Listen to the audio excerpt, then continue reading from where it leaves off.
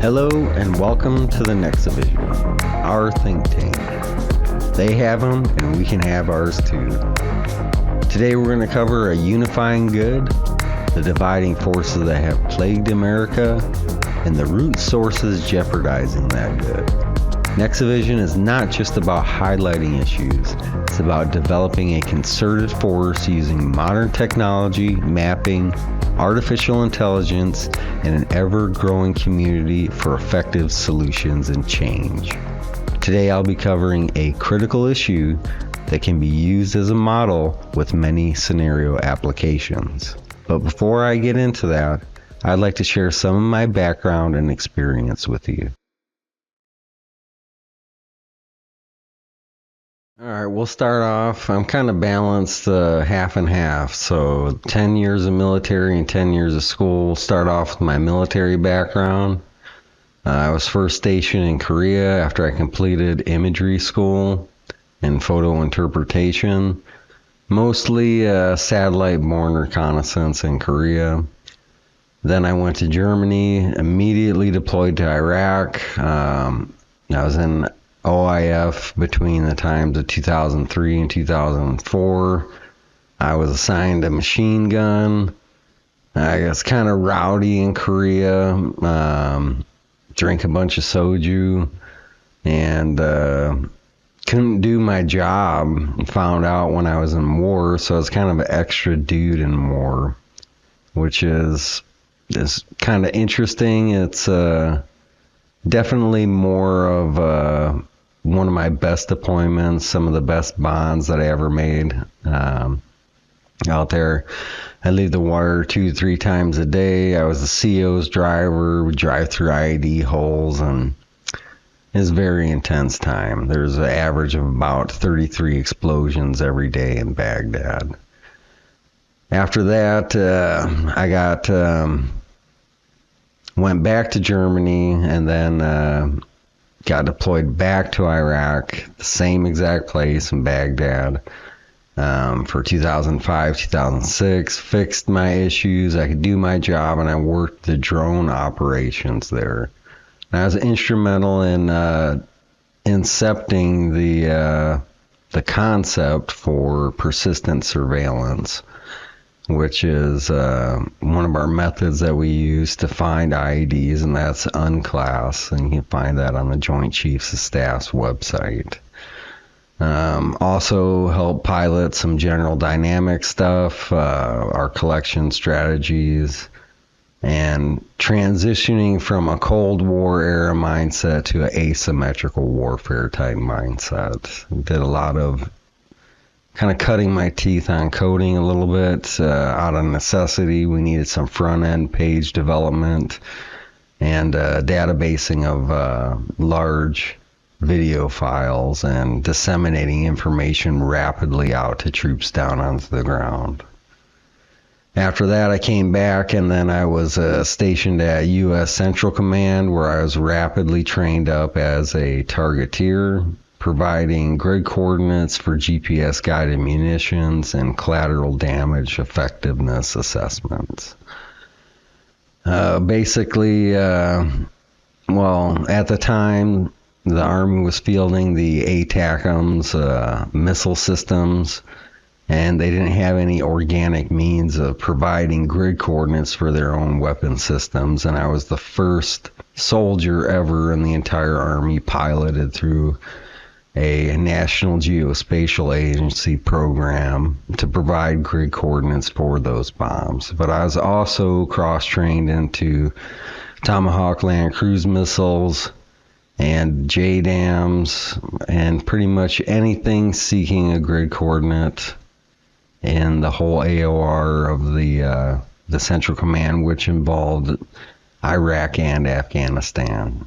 So I'd cover troops in contact and high-value targeting operations, provide those targeting solutions, and send them out. That was my break time in between the wars.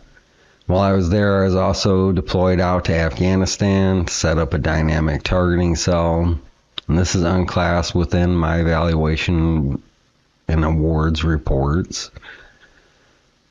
And then I went out to Texas after that and worked in a unit where I was doing manned reconnaissance out in Kandahar, Afghanistan for a year. After my 4th deployment, I was kind of burned out there doing sequestration.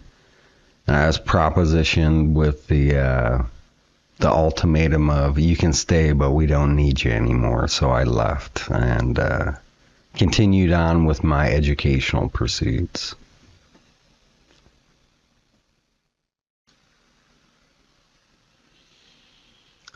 So after getting out of the military, due to sequestration and John Bonner needing to get a sticking point into Mr. Obama, cutting down all the green suitors when 1/3 of the base of Fort Hood was processing out of the military, I was also confronted with a stay without honor or leave with honor situation, and I left with honor.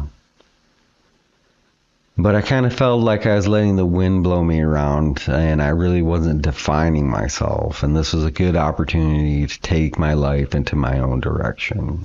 So I pursued a degree in environmental science because I love the outdoors. I grew up in Michigan, way out in the woods, and I wanted to reconnect with that, and I love science. While I was going through the environmental science degree, I got to do some of the initial organic chemistry classes and genetics, but I wanted to continue on to more of the advanced schools and get more into natural sciences. So I switched over to microbiology with a minor in environmental policy. I really love botany and I studied plants. I took all the botany classes I could get and plant pathology classes, and graduated magna cum laude. But while I was doing my microbiome degree, I realized that in my 30s, after the war, it'd be a long ladder for me to climb to be a grand master microbiologist. So I switched back into geography, remote sensing, and spatial analysis with GIS, kind of what I was doing with the military. And my attempt was to fuse the micro and macro together from the phenomena that I was observing at the micro level in microbiology to the macro level in geography. And I accomplished that in my thesis when I was targeting a bacteria that was wiping out the sable palmetto over the state of Florida. It still is. It's a terminal disease, and the state tree is going to perish if there's not some advanced research to help that. But what I did was aid in detecting the dispersion of that and quantifying the dispersion of that and taking core samples and doing PCR runs for that over a multi-temporal slice of imagery that I acquired from a grant from satellite imagery, and then providing the maps for that. While I was also doing my thesis, I started doing the first fusions of remote sensing and satellite aerial collections with artificial intelligence. So it's kind of coupling a lot of things together. There's a lot packed into my master's thesis. I went on to do my PhD, finished all my coursework, and my target was to build autonomous agents that could help curate maps by utilizing satellite imagery. But COVID 2020 happened. I had to change up my plans, sought employment, which was really tough during a pandemic, but I did get one, and that was with Orange Property Appraisers. And they tasked me out with trying to detect pools and new features to buildings over their multi-temporal aerial collections over 470,000 parcels across all of Orange County, to include Disney World, as the sole geospatial data engineer for their team. And I successfully completed that, coded from scratch a detection algorithm using artificial intelligence to identify the pools within the area. There was some conflicts of interest. I left and really wanted to work on some of my VA issues after that. And I'll have more episodes on what's been going on with the VA later. But on my, I guess, sabbatical and self-discovery tour and kind of remembering this, because I was hammering through school, I just kind of put all the war out of my mind, but it kept boiling up. And on my sabbatical, I kind of discovered large language models and kind of looking at large language models through the eyes of a data engineer and seeing things in the micro and macro and kind of having some existential moments with that and producing a lot of materials on AI ethics and kind of the road and trajectory we're on. There's going to be more episodes on that. I have, over the last 2 years, have been contacting Congress, retired 3-star generals, and other key figures on some of my concerns about how AI is being developed around a solely monetary-driven sense. But for this episode here, we're going to focus on some more of the current glaring effects from my perspective and how things are unfolding within America right now. Some of the key strategies and solutions to rectify that situation from a different perspective, from somebody that has looked at the world from multiple angles and multiple scales.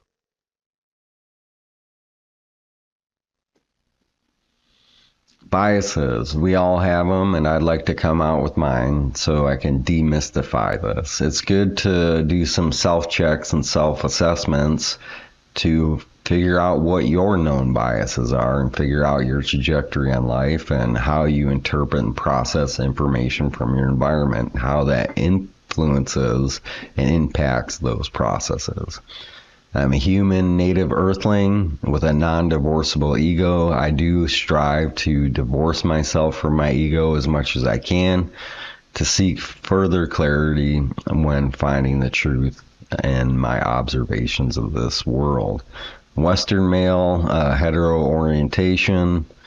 I grew up here within the United States of America. I know that there's a whole other world that's out there. I've traveled quite a bit, and there's other walks and other ways of life. We're all just one person. Everyone else is just one person, and they have their ways too. Grew up conservative in extreme poverty, single mom waitress, living on food stamps. A lot of hunters and deep Republicans up north in Michigan where I was at the time.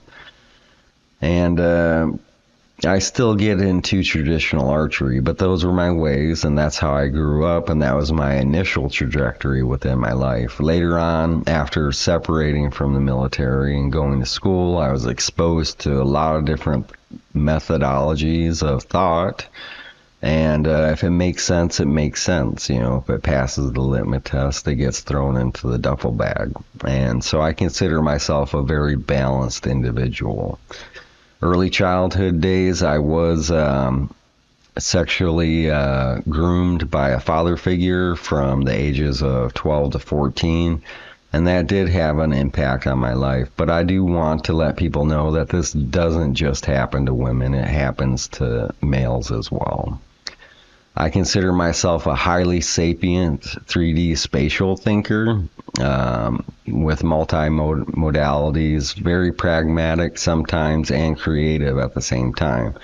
I see a video of things happening as my base thoughts, and then I have to articulate that in language, and sometimes that impacts my enunciation. Typically, you get about 3% of what I'm visualizing, and it's like a game of Plinko on what gets produced out.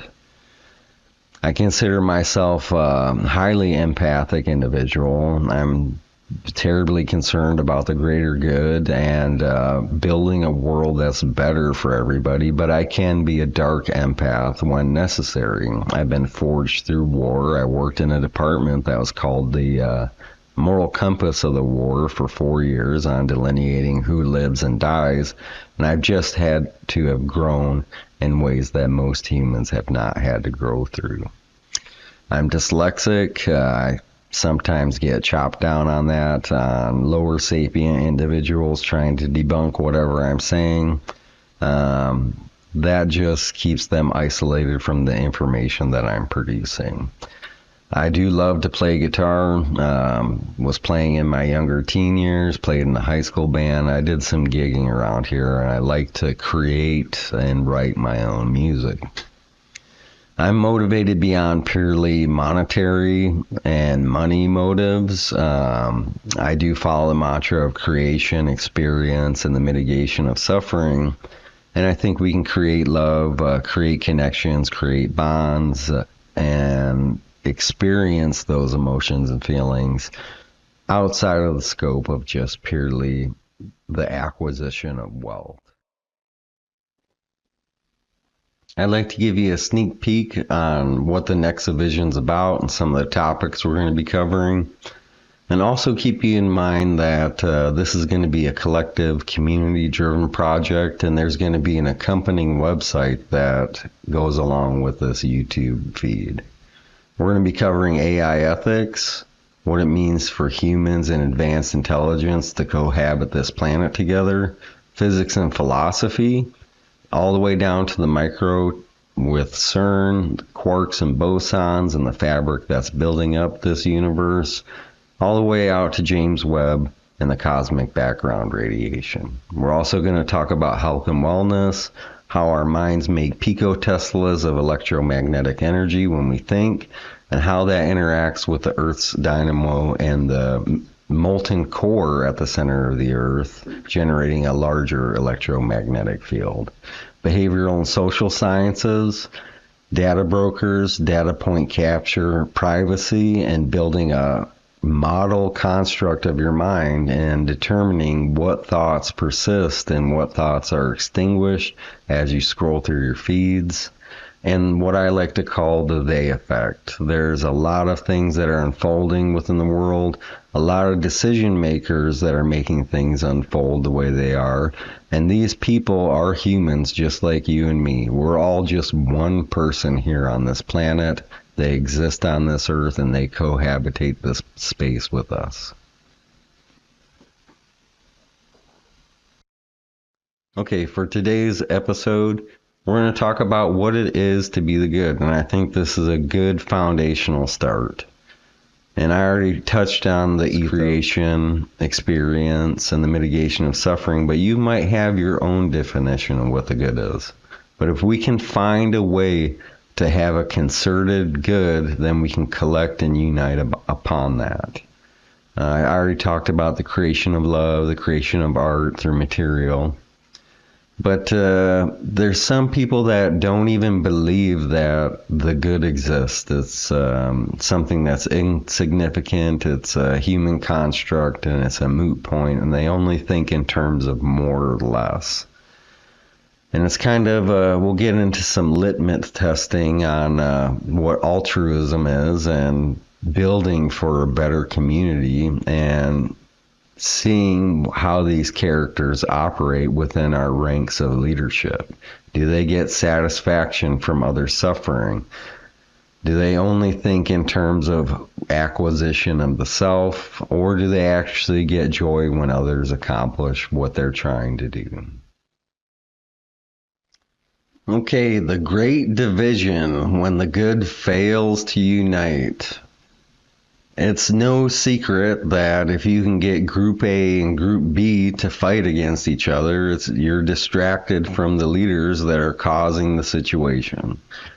And this juxtaposed positioning of the base population has become more and more aggravated. And I think that has a large part to do with social media. Anything that anybody can label themselves as a portion of their identity has been targeted and exposed. Religion is a huge one. We have this massive amount of holy wars that are going on in the Middle East. My God's better than your God. I don't know. I kind of take the metal band Megadeth's disposition on this and holy wars, brother against brother, spilling blood across the land, killing for religion is something I don't understand. But as I get older, I understand more that a lot of these forces aren't solely vested in theology, but are hungering for power, and they are in our leadership. If you look back into the 90s, maybe the early 2000s, you could be an individual that says, hey, I vote the issues and not the party line. For me, I support gun rights and I like the environment. So where does that leave me? I like my individuality and I enjoy personal freedoms, but I want more corporate regulation because I see how much power they have usurped from the world. So building your own identity is essential, and balance is the key. If you say one thing, you're not all the way one way. If you say another thing, you're not all the way the other way. But when we have these information campaigns that have been leveraged against people, like in the scandal with Cambridge Analytica in the 2016 election, they've built their behavior modification tools into juxtaposing the base population, and it's gone way out of control. The more that they can pit us against each other, the more that they can usurp power from the population. Okay, how the great dividers do their dividing and how they disenfranchise us from our power. This is a big slide, so I'm going to give you some time to digest it here for a minute. Okay, so it really comes down to our votes and our voting power. The federal government is supposed to be the backstop. The earth is not unlimited, and this idea that we can be unlimited, it needs some checks and balances to have a healthy flow and a healthy society. But the way that the modern advent of how things have unfolded is, with the rise of corporations and the development of super PACs, which is relatively novel. I think super PACs came along around 2008. The billionaires are really setting the agenda. The billionaires say we want this regardless of left and right. They have the money. They use their super PACs and their influence, vote on this bill, and that's what gets passed regardless of left and right. And this process gets exacerbated with social media, the persistence and the extinguishing of our memories as we scroll, and the data capturing, the capturing of these data points of our mind. I think back in 2016 during the election with the Cambridge Analytica scandal, they were collecting around 300 to 600 data points on the swath of individuals that they collect. I don't know if you remember those quizzes that were taking back during that time frame, but that's how they were doing it. If you do get a chance, watch the Great Hack documentary. It's wonderful. It'll enlighten you, kind of like if you go to the checkout places and they have those end caps and everything's marked up really big. It's knowing is power. So, all right. So they do data point capture. They tweak your minds on what you remember and what you forget.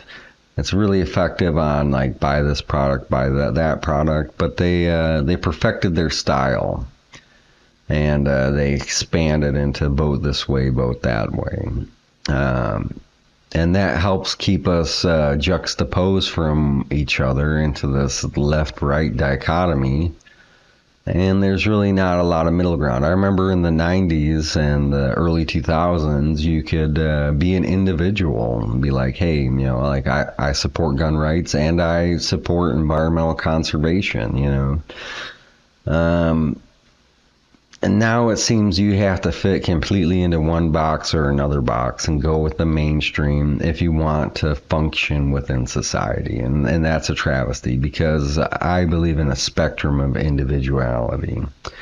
But yeah, getting back to super PACs, they get tax write-offs, dump money in MPOs, and then those millions translate into billions, and I'll get into that into some of the next slides. But one of the main takeaways I want you to get from here is look at the base, 350 million, and then we have 900 billionaires, and that number has blown up post 2020. We didn't have that many billionaires within the U.S. It wasn't as bad as it is now. In the concentration of wealth, and the owners of these large social media platforms, they have their agenda which aligns with the billionaires, and they are billionaires themselves. So if you look at that Venn diagram, those circles overlap there, and if you look at POTUS, that circle overlaps there too. So they get to be into their cabal or their society and push their agenda regardless of what the base population wants. And I think a good case in point for this is a really egregious event that's unfolding in the world today as we speak. And we look at atrocities that have happened throughout the history of time. Columbus giving smallpox blankets to Native Americans, and Hitler declaring war on a race of people, the Jews in the Holocaust. We have our own extermination event that's happening as we speak right now. And it hits close to home to me because of my prior occupation in delineating who lives and who dies. Here's a school bus. No, we're not going to blow that up. Like, fuck you. You're not getting your grid coordinates. Or these people are armed with weapons and they have a clear intent, or are engaged in attacking our forces or setting up wires for IEDs and explosives. The Iraqis fought diligently with what they had, and they fought hard. And if we arbitrarily blow up non-combatants and their places of worship and schools and hospitals and their journalists, which is being conducted in the Gaza area right now, we'll actually make more terrorists, and that'll get my guys shot up and hurt, and it'll exacerbate the war. My main two focuses was get everybody home safe and end this war. It was agony while I was going through it. I wanted to end, and I wanted to win the war. 9/11 happened, the Twin Towers and the Pentagon. Also, some other notes too. Not everybody that's in politics falls along this line. Now, I'll have something to show with Howley. I think that's how I pronounce his name. He's from Missouri, I think, and AOC and Bernie Sanders. They're not in the take. They're not taking the money. But to exacerbate this problem, vote on this bill, or we're gonna get in with the GOP or the DNC, and we'll primary you out if you don't take the money. You do take the money, then you get more money for your campaign. You get elected next year. But over the trillions of dollars that are taken up, they get insider trading, so they know what money is going to be spent on what corporation. They invest in that. I think there was a good blurb on if you want to strategically invest in the stock market, follow what the members of Congress and the Senate and our federal government are investing in, and typically that's a tell on what's going to shoot up next.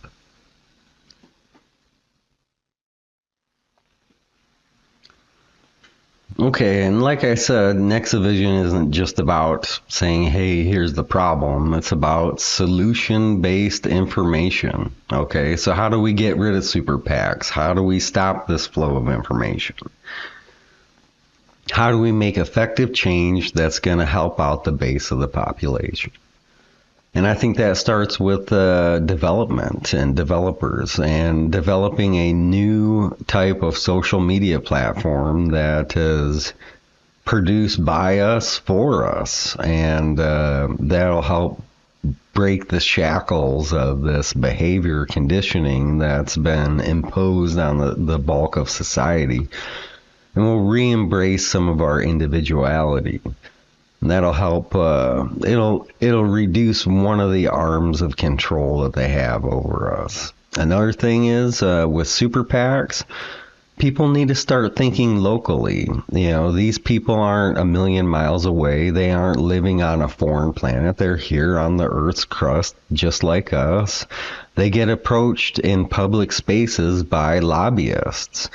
You need to look at your district and find out who your congressperson is and write them some emails and say, hey, what is your stance on this issue? What is your stance on that issue? What do you think about Gaza?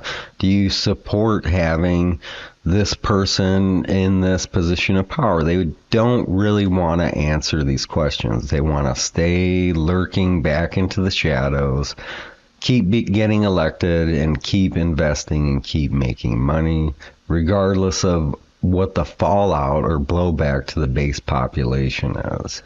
So get out there, do a little bit of gumshoe research, figure out who your representative is. They probably have a phone number and an email contact where you can contact, ask for some town halls, get them out. They're there to represent and support you, and tell them, look, we don't want billionaire influence in our politics. They've got their hand in one pot. They're already wealthy, and then they put their hand in another pot, and they're taking from both sides. You know, they're double dipping, and it's not representing a thriving working community for the masses of the population. And something else that I wanted to touch on with the ballooning of billionaires within the American population post 2020. 2020, everybody thought, you know, hey, we got martial law, there's a pandemic, the end of the world's happening, and they started making a lot of bad business deals. I'm going to get into some later episodes with VES and QTC and veterans evaluations and $1.4 billion and the privatization of veterans evaluations to make money. When it comes down to it, our current administration, which stood up this program, the Trump administration, they really don't care about veterans at all. And that's just going to be another case in point on how they are dictated and ruled by the more and less ways and types of thinking. But yes, we got to get out there. We have to do that. And think about running as an independent. Think about running as an MPA candidate.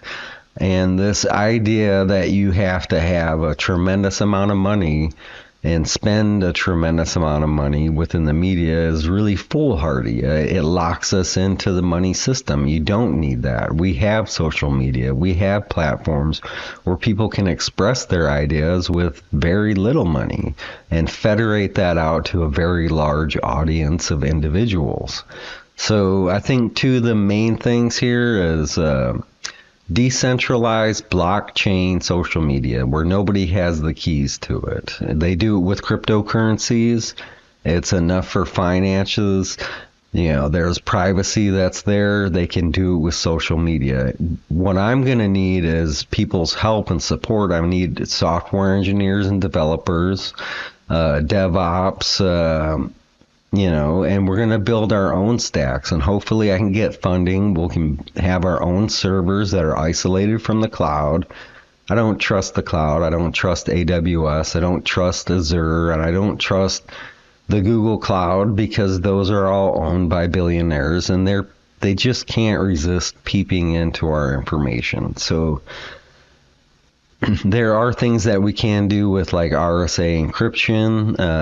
That's getting more into the technical side, which will be on the NexaVision Tech website. But this is going to be a community-driven project, and we're going to have a lot of spatial maps that are involved in there. But let's get into the they factor a little bit here on the actual people that live on this earth that are making these decisions that are impacting the deaths of hundreds of thousands of people across the planet so they can prosper and gain off of their mechanisms.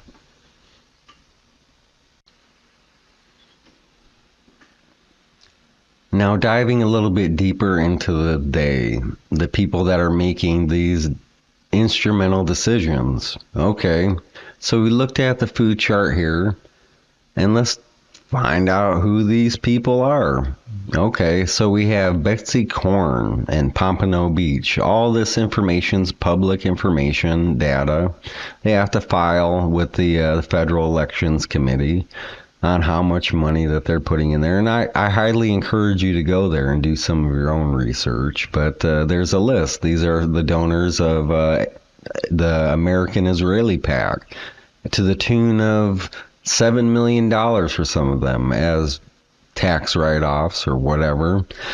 And they get to pump tons of money into this PAC organization, and then they lobby our individuals. And I want you to think about this. This is not their money. It's our money that they're spending from wage workers. Wage workers are taxed the most from federal income taxes to the tune of $14 trillion that get decided by the chambers of Congress. So they give up millions, and they get to influence Congress. People may be divided. Yeah, blow up all these people that are in Gaza, kill them all. And people are like, no, hey, starving people to death is a war crime. It's inhumane, and we don't want that. So you'll have these two different visions and views, and that should be distributed through our representation. And that distribution within our representation has been influenced externally by an external organization that's putting the needs and agenda of the billionaires and a nation above the host nation. So I do have issues when the needs of Israel are raised above the needs of the USA when it comes to the trillions of dollars of tax money that's being sequestered from the average American worker. We should have a proportionate, balanced representation of that, and the super PACs are imbalancing that proportion in favor of billionaire agenda. And the result of that is, we work, and then that money of those trillions finances genocide within Gaza.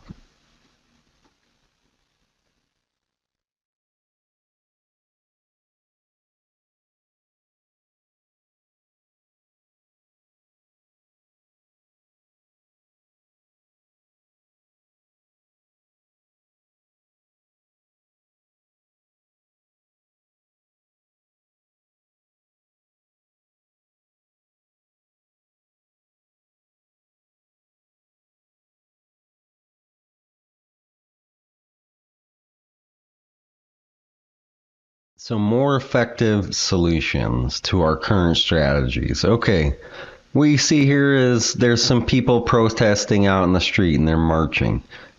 I really believed in our capacity of our First Amendment rights to have some efficacy. But I think when the Keystone Pipeline happened, there was a lot of military veterans which were really drummed up a lot of support, and my heart goes out to them. It's kind of my own test, my own litmus test on, does this actually work? And at the end of the day, no, they're going to put the pipeline here and it's going to happen. If you go back to the time they're initially planning on running the pipeline through a portion near the city. City's not my backyard. We'll put it over Native American land, and the Native Americans are going to have to deal with it. There's a long, lengthy protest. I thought for sure that it would be redirected back to its initial planning, but no. And I think Trump actually jumped in when he got elected and forced that to happen when he came into office. But regardless, these billionaires here, they don't care about protests unless it's impeding some form or fashion of what they deem as progress. Okay, protest, march all you want, but until it impedes anything, we don't care. Yell till you're blue in the face, be blue in the face and yell. Okay, so you see some people out here out on the street and some urban environment gathering and demonstrating something. But what would be more effective? Okay, we're looking at one of the top donors, I think 2024 for AI PAC. I think his name's Jan Quam. And they like to be flamboyant about their acquisitions and their wealth, and it's public information on where their residents are. And what I see here in this image is a public road and a public sidewalk. So what would be more effective? Having a demonstration out in the middle of the city, we're kind of perturbing the population of workers, or going directly to the source? I think there needs to be a move or a shift on protests from the areas of these urban developments, and look at who the key players are. Okay, I'm going to give $7 billion or $7 million to AI PAC. That is going to influence votes in Congress, and it's going to result in more bombs being dropped in Gaza. If you want to have an increased efficacy, you got to take it to where the decision makers are making the plays. So I think there'd be an increased pucker factor if he woke up the next morning and there's a bunch of people with signs out in the public space exercising their First Amendment rights. I'm not condoning any violence. I'm not at all whatsoever peaceful protests, but it's definitely a different move that puts things in a closer proximity. Like, oh, these people are humans. They're real people too. And when you can kind of see things eye to eye, it puts more of a real perspective into things.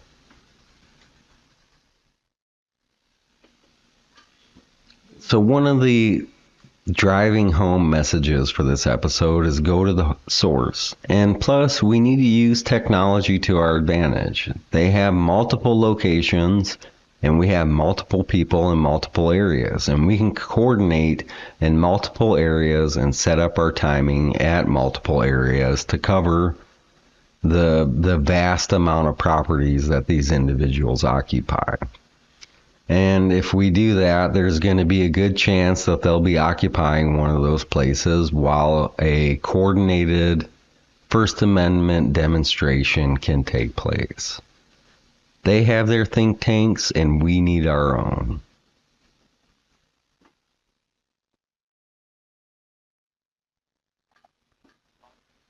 Yes, clarity through unity, and it's time to look up.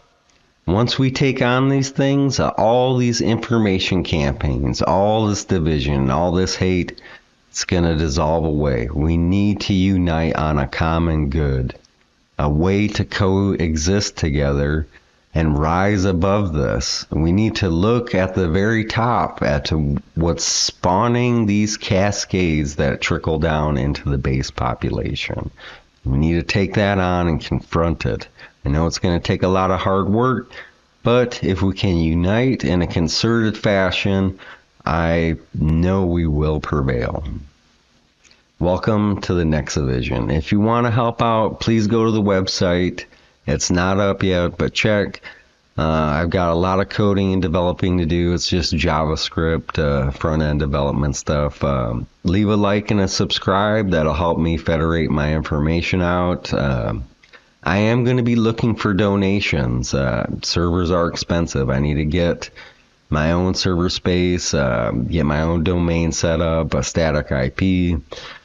and GIS software for building maps on how to construct some of these efforts. But it's our nation, it's our people, it's our way of life. This is only one way of doing things, and there's so many other different ways that we can do it.